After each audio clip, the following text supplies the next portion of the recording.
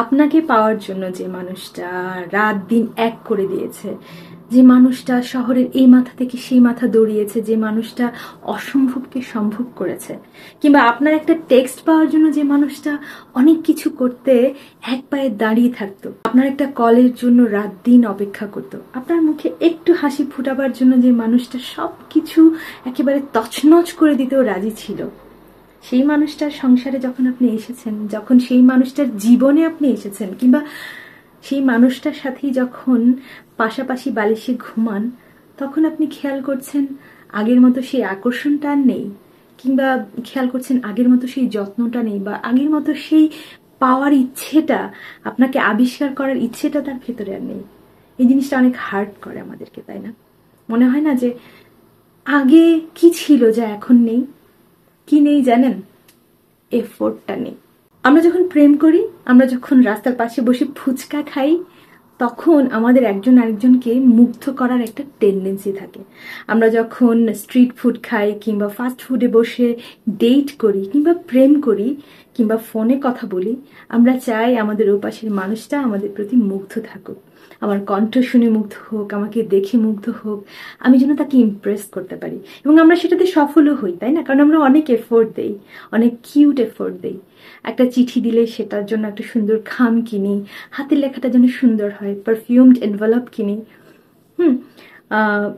এগুলো 90 দশকের কথা বলছি, আমি জানি না এখনকার মানুষ কি করে, but that's what we do to make the person special.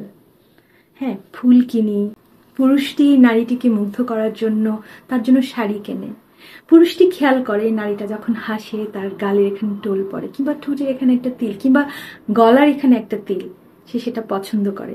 কোন রঙের শাড়িটা পরলে মেয়েটাকে ভীষণ সুন্দর লাগে, অপ্সরীর মতো লাগে, কোন রঙের শাড়িটা পরলে মেয়েটাকে মায়াবী লাগে, কিংবা মেয়েটা খেয়াল করে কোন রঙের শার্টটা পরলে ছেলেটাকে আরো স্মার্ট লাগে, আরো হ্যান্ডসাম লাগে, অ্যাট্রাকটিভ লাগে।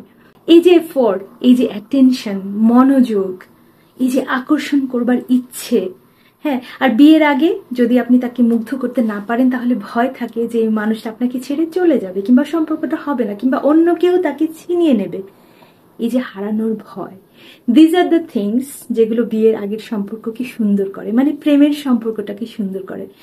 আমরা মানুষ যখন কাউকে হারিয়ে ফেলবার ভয়ে থাকি, যখন জানি যে আমার মতো আরো অনেকেই আছে তাকে পেতে চায়, তাকে পাবার জন্য লাইন ধরে দাঁড়িয়ে আছে, কিংবা আমার চাইতে বেশি এফোর্ট দিয়ে তাকে পেয়ে ফেলতে পারে, তখন আমরা কি করি? এফোর্ট দেই, অনেক বেশি মনোযোগ দিই, মানুষটাকে অ্যাচিভ করতে চাই। এই যে অ্যাচিভ করবার ইচ্ছেটা, এই জিনিসটাই সম্পর্কগুলোকে সুন্দর রাখে, বিশেষ করে প্রেমের সম্পর্কগুলোকে।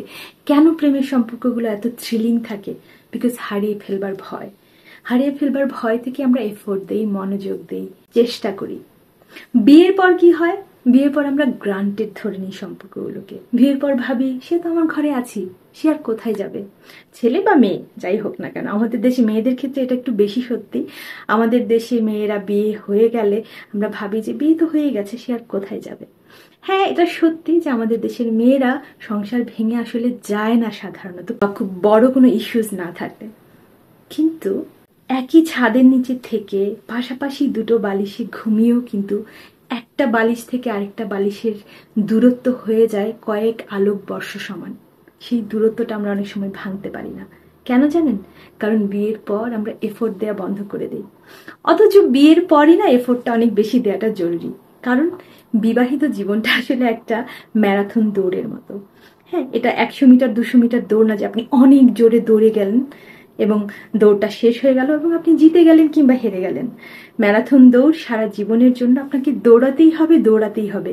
তাই আপনার এনার্জি ধরে রাখা, আপনার স্ট্রেংথ ধরে রাখা, আপনার জেতার স্পিরিট ধরে রাখা এবং শেষ পর্যন্ত জিতে যাওয়া, এই সবগুলো ব্যাপার মাথায় রাখতে হয়। যার কারণে ক্লান্ত হওয়া চলবে না, দৌড়টার প্রতি আগ্রহ হারানো চলবে না, আকর্ষণ হারানো চলবে না, এবং দৌড়টা চালিয়ে যেতে হবে। বিবাহিত জীবন ঠিক তাই। একই মানুষের সাথে প্রতিদিন ঘুম থেকে ওঠা কখনো কখনো বোরিং হতেই পারে, এবং সেই জীবনটাকে স্পাইস আপ রাখার দায়িত্ব দুজন মানুষেরই। সারপ্রাইজ দেয়া, আরেকজন মানুষ কি পরলো, এই যে আজকে আমি কোন ড্রেস পরেছি, আমি চাই আমার হাজবেন্ড সেটা নোটিস করুক, এন্ড উই ডু।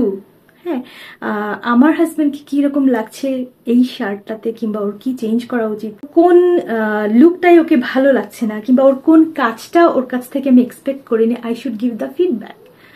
হ্যাঁ, সম্পর্কের মধ্যে যদি এই ব্যাপারগুলো না থাকে, কথা বলা, একজনের থট আরেকজনের সাথে শেয়ার করা, তাহলে সেই সম্পর্কটা মরে যায়। একই ছাদের নিচে থেকেও, একই সংসারে থেকেও সংসার না করা যায়, একই সংসারে থেকেও সন্ন্যাসী হওয়া যায়। দুজন মানুষ একই ছাদের নিচে থেকেও আলাদা আলাদা পৃথিবীতে বাস করা যায়। সম্পর্কগুলোর মধ্যে কথা বলা মানে কথার আদান প্রদান হওয়া, কথা শোনা মানে আরেকজন কি বলছে, কিংবা যে কথাটা সে বলছে না, অভিমান করে আছে, হয়তোবা চুপ করে আছে, কিংবা চাপা মানুষ নিজের ভেতরে রেখে দিয়েছে, সেই কথাটাও শোনার চেষ্টা করা। বিবাহিত জীবনে কথা বলা, কথা শোনা খুবই ইম্পর্টেন্ট।